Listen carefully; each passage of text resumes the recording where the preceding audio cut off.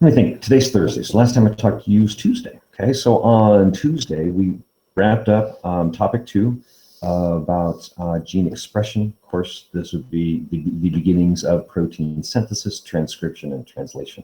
So we stepped back and saw or took a really big picture idea here of the cell and focused on the ribosome, the fact that you now know the small subunit is either floating around by itself in what we refer to as a free ribosome, or the small subunit is attached to the surface of the ER. So when I've always said, the ribosomes are attached to the rough ER, kind of, okay. The small subunit is actually what's anchored in the membrane of the rough ER. And then when so the small subunit sits on the surface of the rough ER, and then the messenger RNA lays in that groove, and then the large subunit caps float all in the cytoplasm, okay? And then the cap is brought in, that's a whole nother discussion. The cap is brought in and then locks in the entire structure of the ribosome, and then translation can. So that's first with an attached ribosome on the surface of the ER, or there are small subunits that float around in the cytoplasm, and then the messenger RNA then attaches to that small subunit, same chemistry, right? Then the cap comes in and seals that in. So you actually have translation happening in the cell in 2 different locations. You have translation on the surface of the rough ER, and you have translation out here in the cytoplasm. Please understand that this is not some random process, right? The messenger RNA isn't produced and is then just kind of released into the cytoplasm, and I hope it finds its home. That's not the way it works. You will find out in cell biology your junior and senior year that there's actually little Y-shaped motor proteins, and they walk along the cytoskeleton just like ropes through the cell, and they pull all of these items, vesicles and vacuoles and molecules and messenger RNA and small subunits and large subunits. The orchestra of the cell is amazing. So when I just draw this, this messenger RNA, just, here's this dotted line, it just knows where to go. That, of course, is not the way it works, in that there's motor proteins that take these molecules to very specific places. But that's for later. Okay. So the concept here, though, is that the translation of proteins on the rough ER ultimately are for quaternary proteins that end up leaving the cell. Okay. These quaternary proteins either stay in the plasma membrane embedded as receptors or channels or gates, or the quaternary proteins are released from the cell to trigger or interact or cause biochemistry in other cells, okay? As opposed to the proteins that are translated in the cytoplasm. These are almost always tertiary proteins, and these proteins remain in the cytoplasm, and so we refer to them as cytoplasmic proteins. Okay? Then to return to the proteins that stay in the plasma membrane, please note that the plasma membrane has different polarities depending on which part of the membrane that you're looking at. So the outer and inner regions of the plasma membrane are polar, while the inner region of the membrane is nonpolar, meaning that as that protein twists and folds into its tertiary, and almost always with membrane proteins, it's a combination of tertiary proteins to then make a quaternary structure, that regions of these proteins have to be polar or non-polar depending on where they fall inside of the plasma membrane. And then the throat, or the lining of the opening through this gate or through this channel, the lining, the polarity of the lining also has to match the material passing through. Okay, so there's so much more chemistry to this. It's so cool. Then as we draw the translation happening, we commonly draw one ribosome attached to the messenger RNA. One sole ribosome making one copy of the protein. Again, not the way it works. In that, what actually happens is hundreds of ribosomes read this same messenger RNA, making hundreds, if not thousands, of copies of the same protein. So as you get this complex of multiple ribosomes reading one strand of messenger RNA simultaneously, this whole structure is called the polysome. And IB loves to drop this in as the third part of a short answer diagram or essay question. They'll ask you about transcription and translation, and then they will ask you to diagram the polysome. And it's a simple structure. It's just something that some people tend to overlook. Okay, so then that took care of 2E, and then we started getting into 3A, and we're going to start coming to the realization that the ribosome is actually wider than we've talked about before. The chemistry that I've taught you up to this point is really only what happens in the P site, only in the very core of the ribosome, right? And what we need to do now is expand your understanding into the A site and the E site, okay? Because what happens on the A site is the charged tRNA comes in, and what happens in the E site is the uncharged tRNA is ejected. And that's really all that's happening in the A site and the E site, okay? So it's a small addition. When you answer 3A, keep this brief. Okay, don't make this messenger RNA any longer than 9 bases. Keep this real simple. Put your start codon here, pick one of the 3 stop codons here, and pick some codon here for one of the amino acids. Keep this simple. This is a big picture question, okay? Keep this general, and then don't forget on this last codon, there's no tRNA, okay? It's the release factor protein that comes in, causes the whole complex to dissociate or to disconnect, to scatter. And then that's what actually releases the large subunit, small subunit messenger RNA in the protein. Okay. And then question 3b is the idea that while we've talked about the ribosome, you now know that the ribosome is composed of 2 major pieces, the large subunit and the small subunit. And then we were getting into figure 17, which is the 1716. And so here's what a ribosome looks like with the EP and A site. And the idea here that here's your groove that I've talked about, where you have the small subunit and the messenger RNA drops into that groove, and then the cap comes in, the large subunit, and locks this whole complex together. And then you have the A site, the P site, and the E site. We get to start to add some details. Okay, so this is where we stopped on Tuesday. And so what is actually coming in here, this cylinder here, this is your tRNA, okay? And you see how this tRNA has the amino acid. So this is actually what is referred to as a charged tRNA. I think that's all that great of a term. I mean, it's a typical biology term. Chemists really don't like this term because chemists spend so much time talking about positive and negative charges, whether you're talking about polarity, whether you're talking about electronegativity, whether you're talking about electrons and protons or ions. And chemistry is all about charges and bonding, right? So then here the biologists come in and we use the term charged, but there's no positive or negative charge here. What, as a biologist, we're talking about is that this tRNA has an amino acid bonded to it. It would have been better to call this a bonded tRNA, or a, I don't know, even possessed or attached or something. Chemists really don't like this term. So here is your charged tRNA. Now what happens is you have your previous tRNA that's holding on to the polypeptide. That's actually what happens, is that these amino acids are added one at a time, attached to the tRNA, okay? So what happens is you have your previous tRNA here. It is attached, the anticodon to the codon.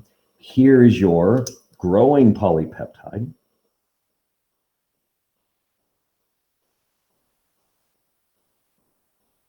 Okay, your new tRNA comes in with your charged, or it is charged with your next amino acid, and then there's a transfer right here.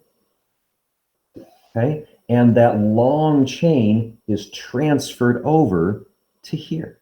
And when this whole is transferred over here, does this tRNA have anything attached to it anymore?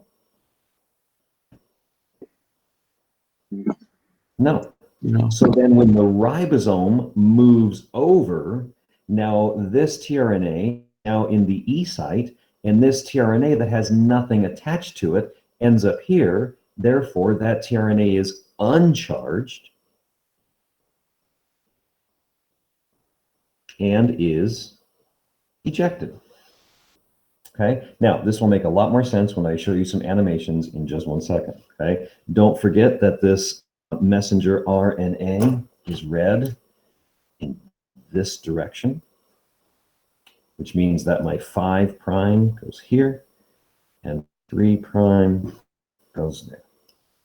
Okay, so let's show this to you in some motion, because really you don't start to wrap your mind around this until you see it in motion. Can I make that bigger? There we go.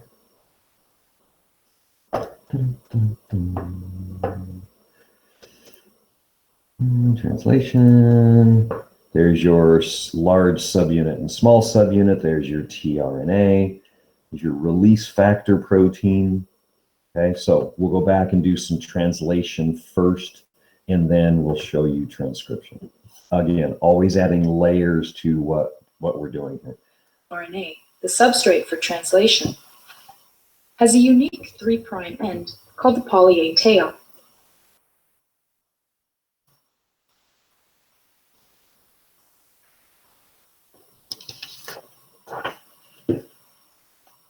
mRNA also contains codons that will encode for specific amino acids. A methylated cap is found at the 5' end. Anro, come on. And translation initiation begins when the small subunit of the ribosome attaches to the cap and moves to the translation initiation site. tRNA is another key molecule. It contains an anticodon that is complementary to the mRNA codon to which it binds. The first mRNA codon is typically AUG. Attached to the end of the tRNA is the corresponding amino acid. Methionine corresponds to the AUG codon. The large subunit of the ribosome now binds to create the peptidyl, or P site, and the aminoacyl, or A site. So this is your P site here, this is your A site here, and this is your E site here. So it's A, P, and E, okay? So here's your first tRNA. Your next charged tRNA will come into the A site, and then this amino acid here will be transferred over. When this amino acid is transferred over, that will leave this tRNA uncharged. So then when the ribosome translocates, when the ribosome then moves, this tRNA is then placed into the E site and is ejected. Mr. Monroe. Yes. Sorry. So the one that initially comes in is called the charge. The one that leaves is called uncharged. Is there a specific name for the one in the middle? No. Okay. It's not like extra charged or supercharged. It is no is the answer to your question. All right. The first tRNA occupies the P site. The second RNA enters the A site and is complementary to the second mRNA codon. The methionine is then transferred to the A site amino acid. The first tRNA exits, the ribosome moves along the mRNA, and the next tRNA enters.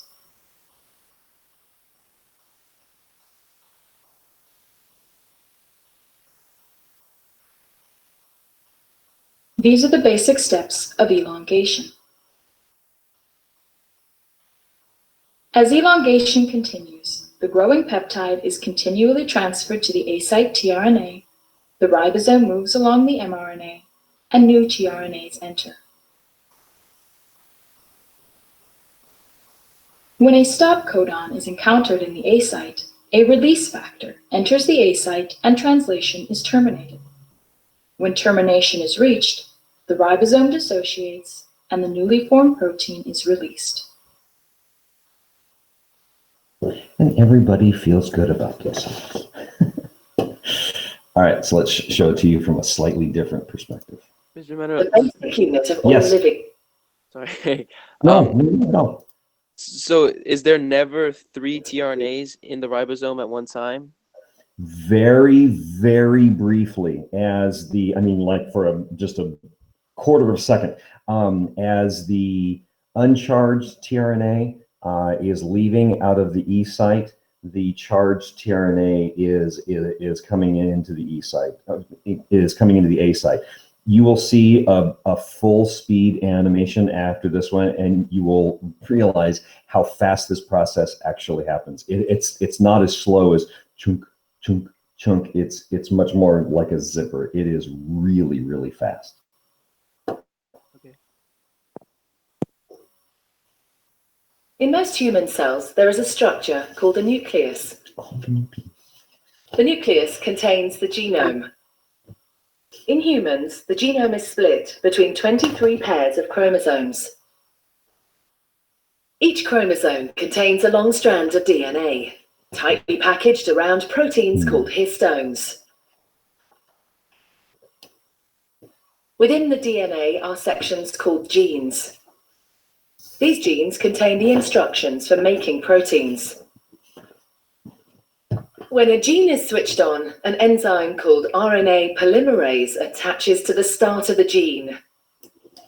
It moves along the DNA, making a strand of messenger RNA out of 3 bases in the nucleus.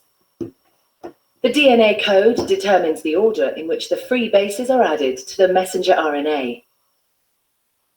This process is called transcription.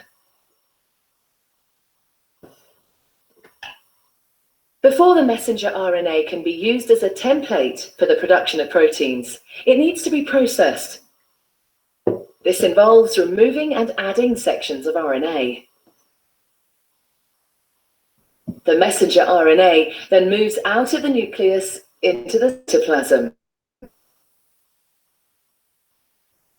This could be your 3D ride, right? Protein factories in the cytoplasm, called ribosomes, bind to the messenger RNA. The ribosome reads the code in the messenger RNA to produce a chain made up of amino acids. There are 20 different types of amino acid.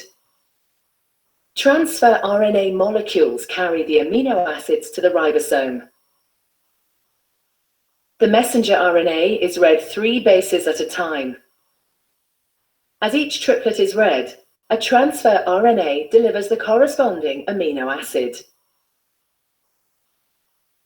This is added to a growing chain of amino acids.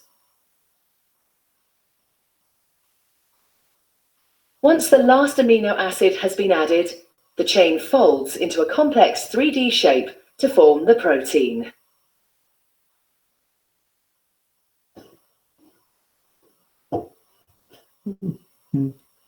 Now, please understand that these are just 3 different animations that I grabbed off of YouTube. There are hundreds to choose from, okay? So when we do these presentations, I will ask you to go out to YouTube and find different animations, and then we'll turn the sound off, and we will have you describe what's going on in the animation. Whether you talk about a minute of it or a minute and a half or all 2 to 3 minutes of it is totally up to you. Depends on what you find, right? So now this video shows you what this looks like almost in real time, okay? This is also a more accurate image of what these structures look like based on what we see under the electron microscope. Eukaryotic cell. These complex catalytic machines use the mRNA copy of the genetic information to assemble amino acid building blocks into the 3-dimensional proteins that are essential for life. Let's see how it works. The ribosome is composed of one large and one small subunit that assemble around the messenger RNA, which then passes through the ribosome like a computer tape. The amino acid building blocks, that's the small glowing red molecules, are carried into the ribosome attached to specific transfer RNAs. That's the larger green molecules, also referred to as tRNA. The small subunit of the ribosome positions the mRNA so that it can be read in groups of 3 letters known as a codon. Each codon on the mRNA matches a corresponding anticodon on the base of a transfer RNA molecule. The larger subunit of the ribosome removes each amino acid and joins it onto the growing protein chain. As the mRNA is ratcheted through the ribosome, the mRNA sequence is translated into an amino acid sequence. There are 3 locations inside the ribosome, designated the A site, the P site, and the E site. The addition of each amino acid is a 3-step cycle. First, the tRNA enters the ribosome at the A site and is tested for a codon-anticodon match with the mRNA. Next, provided there is a correct match, the tRNA is shifted to the P site, and the amino acid it carries is added to the end of the amino acid chain. The mRNA is also ratcheted on 3 nucleotides, or 1 codon. Thirdly, the spent tRNA is moved to the E site and then ejected from the ribosome to be recycled. As the protein synthesis proceeds, the finished chain emerges from the ribosome. It folds up into a precise shape determined by the exact order of amino acids. Thus, the central dogma explains how the 4-letter DNA code is, quite literally, turned into flesh and blood. Quite literally. It's so British. It's so fun. Okay, so if those clicked with your learning style, great. If they didn't, then I would suggest you jump on YouTube and type in transcription and translation. There are just dozens and dozens of great videos or animations to choose from, and find what works for you. You have to see this process in motion, okay? I can draw it in snapshots and stages, and nothing beats seeing it in fluid motion, okay? All right, so then we segue into 3C. So 3C says tRNA.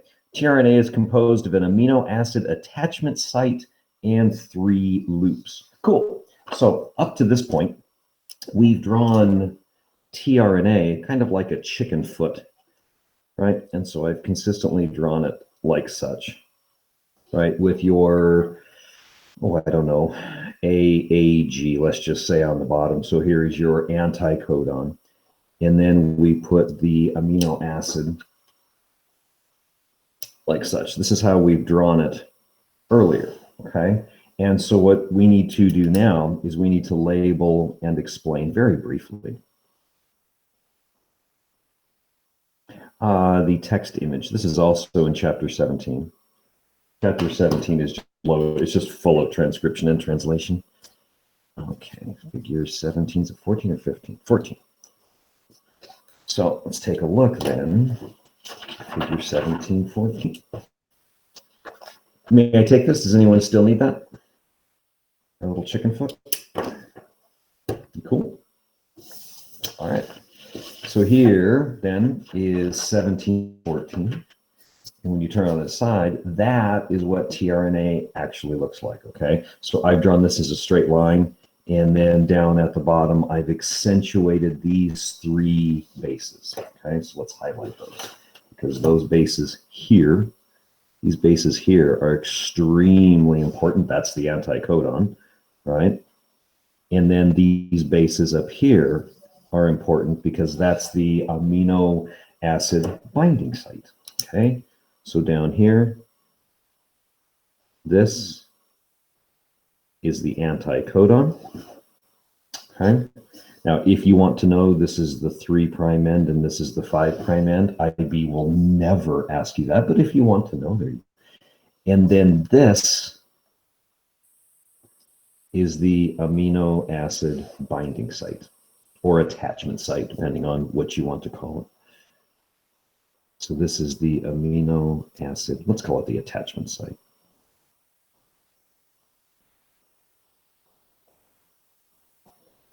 Here.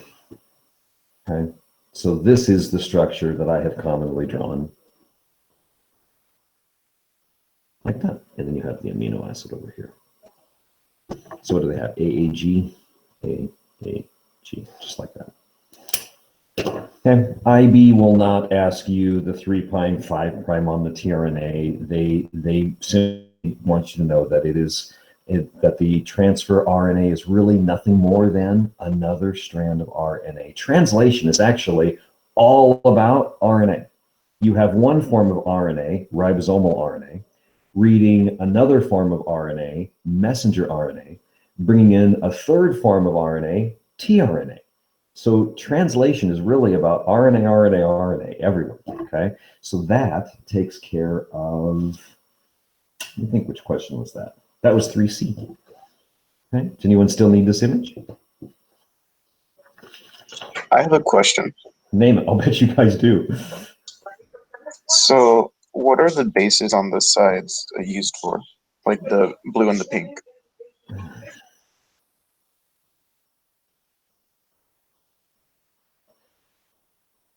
They are important in the, okay. Do you know how you have the charged tRNA that comes into the ribosome, and then you have the uncharged tRNA that leaves? Okay. Yes. That uncharged tRNA then goes to an enzyme that we're actually going to talk about right now, and that enzyme bonds to the uncharged tRNA. That enzyme then grabs a very specific amino acid and attaches that amino acid and the uncharged tRNA together to recharge that tRNA, okay? These regions are part of the recognition between the active site of that enzyme and the correct tRNA, because you have to have the correct tRNA to bond to the correct amino acid to recharge the amino acid. And does the name charge has anything to do with actually being charged, like electrons and stuff, or is it just the fact that whether it has a amino acid on it or not? It has absolutely nothing to do with positive and negative charge. It only deals with whether there's an amino acid bonded to the tRNA or there's not an amino acid bonded to the tRNA, which is why chemists complain about the term, as they should. It's not a very good term. It's what we all use, but it's not a very good term. So I need at least one of you to get on the naming committee, and we need to change some things. We need to change the names of 2 steps in photosynthesis. We need to change the S step in the cell cycle, and we need to change charged and uncharged tRNA. They're just terms. We just need to change them. So if you can get on the international naming committee, that'd be awesome. Then I'll give you a call and say, hi. When you're done talking to the current IBers as an IB alumnus, could we talk about changing some of these terms, please? Oh, that'd be great. That would be awesome. All righty, so 3D. 3D actually feeds it. We're just going to segue right out of the question about the charged and uncharged tRNAs. It's awesome. So tRNA activating enzymes, that's another thing that we could call the tRNA. Rather than charged and uncharged, we can call them active and inactive, anything charged. Okay, so tRNA activating enzymes illustrate the role of phosphorylation and enzyme substrate specificity. Okay, that does you no good. So let's give you some background before we tackle this fancy wording and kind of vague all at the same time that IB uses for question 3D. All right, there's an enzyme. There's an enzyme called amino tRNA synthetase. It's quite a name, okay? or you could just call it ATS. Okay, so aminoacyl transfer RNA synthetase. What does this enzyme do? This is the enzyme that recharges tRNA. Okay, once the tRNA leaves the ribosome, it no longer has an amino acid. This enzyme, with the silly name, grabs the uncharged tRNA, a very specific amino acid, and bonds them together. It recharges tRNA. Simple. So, this is an enzyme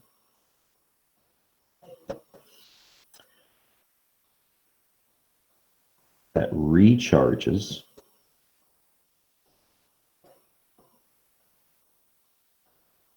the used tRNA after translation.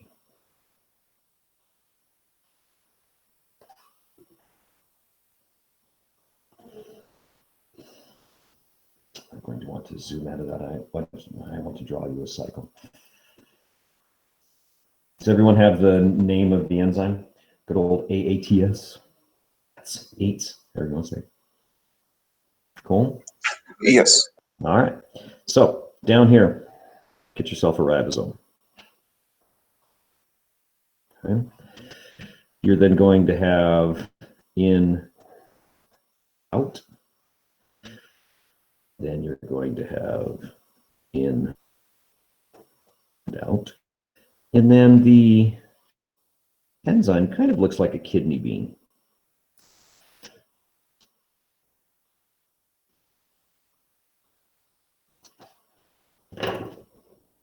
This is going to be AATS, amino acyl tRNA synthetase. Okay, it's an enzyme. So there's kind of a kidney bean shaped enzyme that floats around in the cytoplasm of all cells. Okay? Plant, animal, bacteria, fungus, protozoan, same enzyme, all living things. And here you have your ribosome.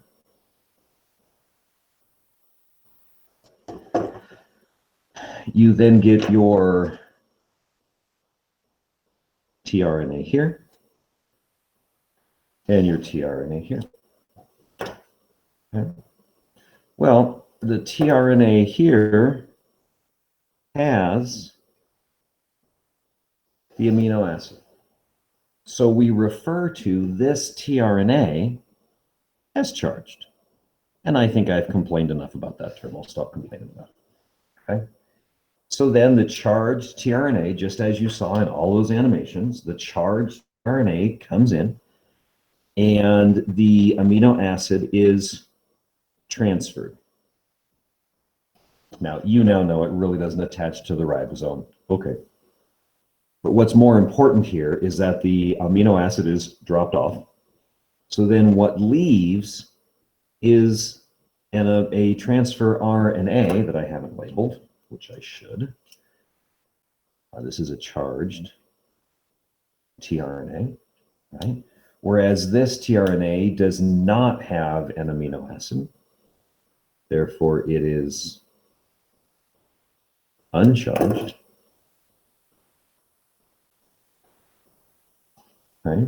So then this enzyme recharges the tRNA.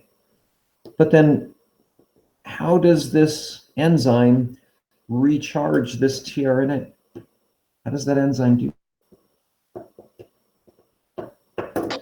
Providing an amino acid. Which comes from where?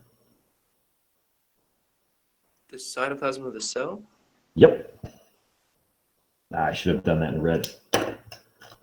Sorry. The visual learners with the color. Totally agree. That amino acid comes from the cytoplasm of the cell. And before the cytoplasm of the cell, it came from the blood. And before the amino acid got into the blood, it was in the lumen of the intestine. Before it was in the lumen of the intestine, it was in your food. You remember when we talked about the digestive system and we talked about the stomach and the small intestine and the digestion of food and the breaking down of polymers into monomers, and you absorb the amino acid across the microvilli and across the villi directly into the blood, and then from the blood into your cells, and then from your cells to ATTS. And this enzyme bonds the amino acid to your tRNAs. Then the tRNA drops the amino acid off at the ribosome, and you make your own proteins. So what used to be a protein that you ate as part of your food now becomes part of you. And that's where you say, ooh. What's the purple figure? What's the name of that? That is the amino acyl tRNA synthetase, ATS. Oh, okay. You just used the acronym. Yep. Nobody calls this amino acyl tRNA synthetase. If anybody drops that on you, just look at them and go, oh, come on, please. Ooh, I'm impressed with your vocabulary. Okay, nobody says this. It's AATS. I've heard it pronounced ATS. I've heard it pronounced ATES. I've heard it said ATS, AATS, fine, but almost no one says this whole word. Okay, but the whole point of this enzyme is to recharge your tRNAs at the end of translation.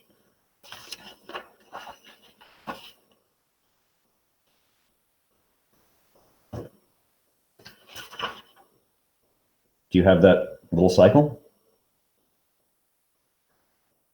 Yes. Cool. Okay. So then let's scan out on the scale and see this from the big picture here. So let's continue 3D. So you have some food. You eat food, specifically protein. Okay. That protein then down your esophagus, into your stomach, protein digestion, that chyme, the acidic chyme, then goes into the duodenum, then goes into the small intestine, right? The protease enzymes continue to digest those polymers into monomers. The monomers of proteins are then the amino acids are then floating around on the inside of your small intestine in the lumen, okay? These amino acids are then absorbed across the microvilli, across the villi, and into the capillaries, into the blood. Your heart then pumps, right? Atrium, ventricles, and pushes the blood all around your cells or to your cells. As the blood flows by your cells, speaking of it, I should draw one.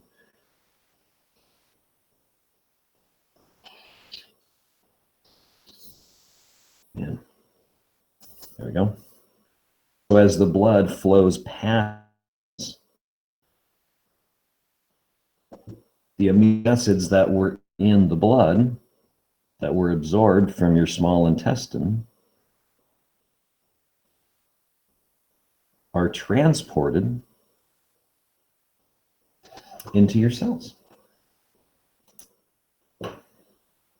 So there are amino acids floating around in the cytoplasm of all cells. Okay? Think of the cytoplasm like the broth of a soup. Okay, there are many things in the broth of a soup. You know, there's salt and there's pepper and there's other seasonings, right? Water and there's certain forms of fat. There's all broth that's floating around the cell. Okay, cool. Mr. So Menro, then, yes. sorry, I'm just like, No is worries. there like a warehouse manager at the cell? It's like we're running low on methionines. We need 10,000 methionines or something. Like, what decides that?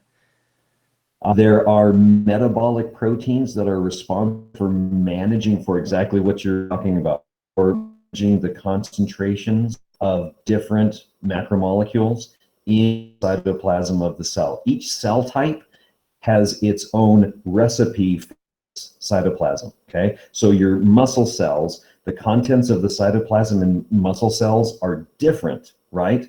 Or the portions than the cytoplasm in nerve cells, than the cytoplasm in muscle cells.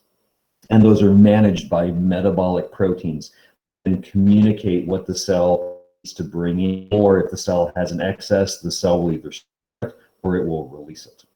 The chemistry is, the complexity is amazing. The actual processing is simple, but the fact that all of these processes work simultaneously and work effectively, why I'm so thankful to be healthy. Because I sit there and go, when we're healthy, do you have any idea that the complexity that all has to work perfectly for us to up and go, pretty good today? Yeah, really, yeah, it's amazing. So nucleus, DNA, their RNA, right? Transcription.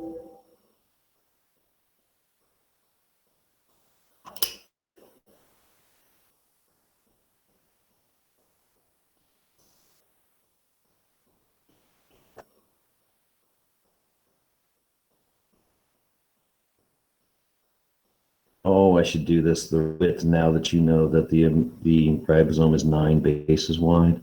1, 2, 3, 4, 5, 6, 7, 8, 9.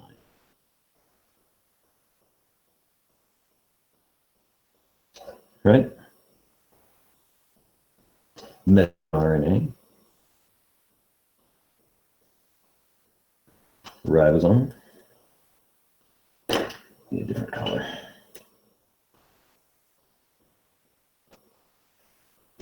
So, in the middle position, you have a tRNA, with the amino acids attached.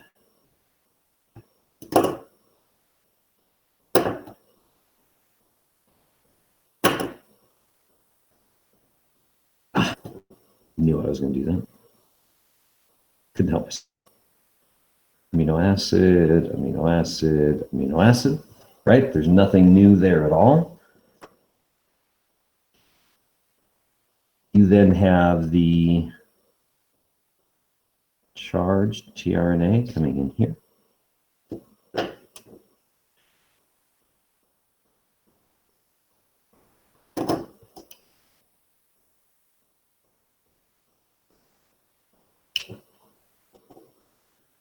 One, two, three.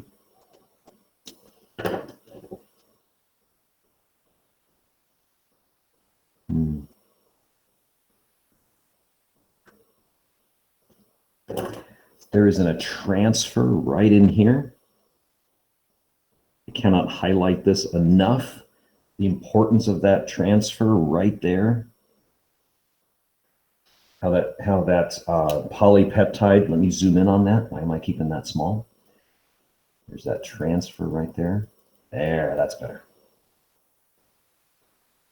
And from the P site, from the tRNA in the P site, this whole polypeptide is transferred over to the tRNA in the A site. Once that transfer is complete and the ribosome translocates, that leaves your uncharged tRNA, such. That uncharged tRNA then exits.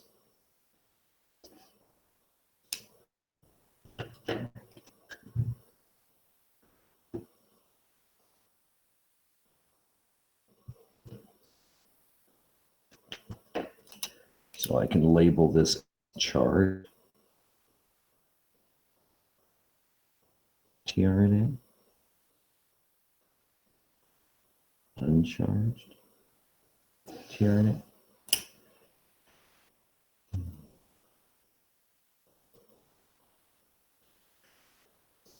Why did I leave a big blank space up here? What's going up there? The AATS. The AATS.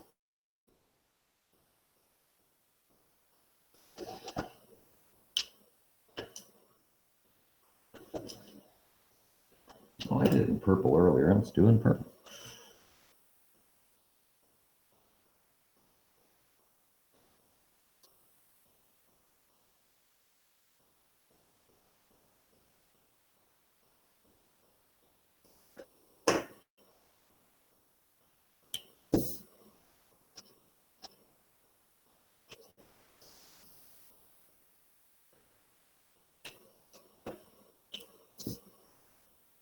Depending on, okay, so there's 20 different amino acids, right?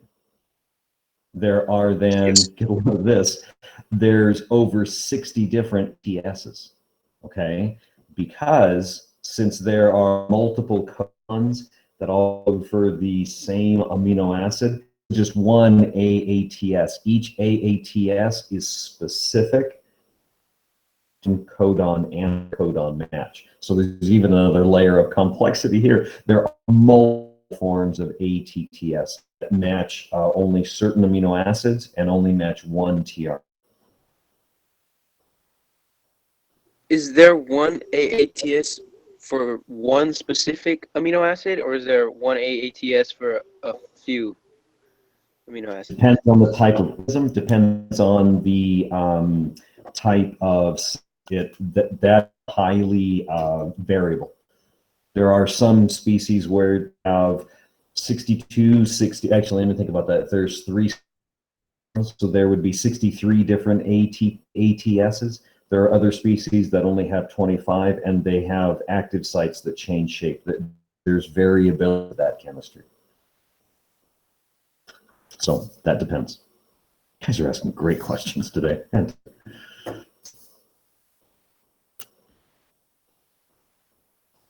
like such. So when we spent this time talking about transcription and translation, do you see how there's always more detail? Always?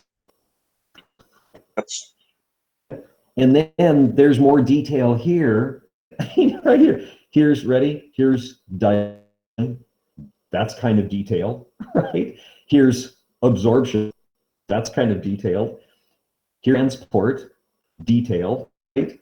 Here's more transport, right? Here's more transport. So please understand that as I'm drawing these arrows and say this goes over there, people have PhDs in how this enzyme works. People have PhDs in how these amino acids are transported. The amount of detail, you will never learn all of it. There is so much to biology. It's so humbling.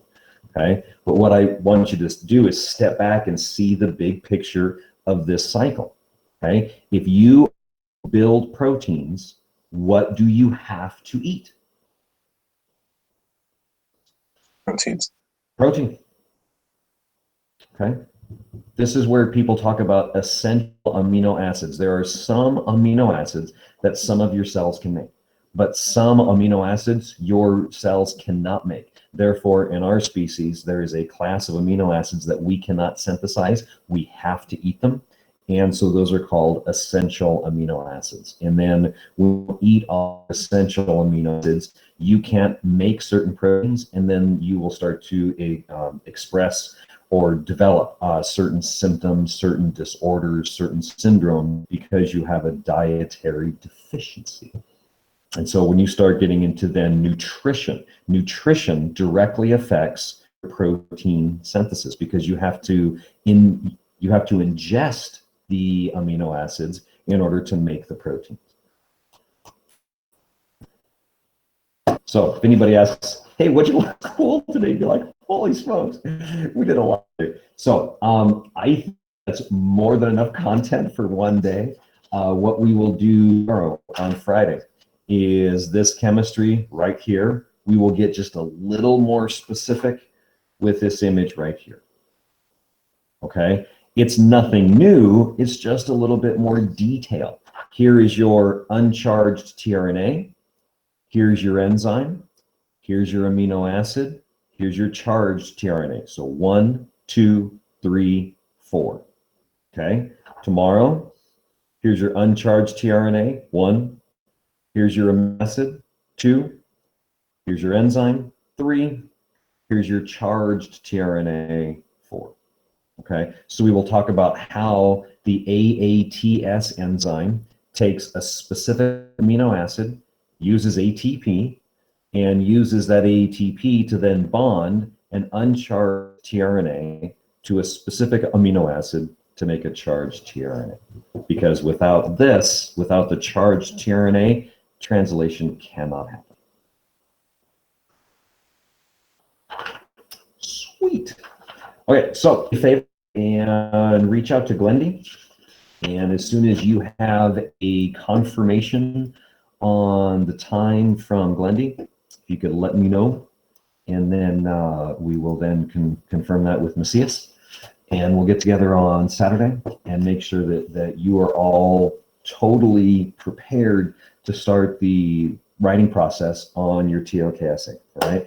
And then the two important dates are February 11th for your English essay, and then February 16th for your first draft of your TOK essay, all right? Then the week of the 16th, we will get you and your juniors together. There's a separate Saturday meeting that's going to happen between Macias and I and the juniors, and we will get together with the juniors separately and prepare for them to be your contacts. So that way, when you get together with your junior or juniors, they are prepared to support you in your writing, just like you supported the seniors last year. That's the plan, right? When you have questions on this, always let me know, and I will see you all tomorrow morning.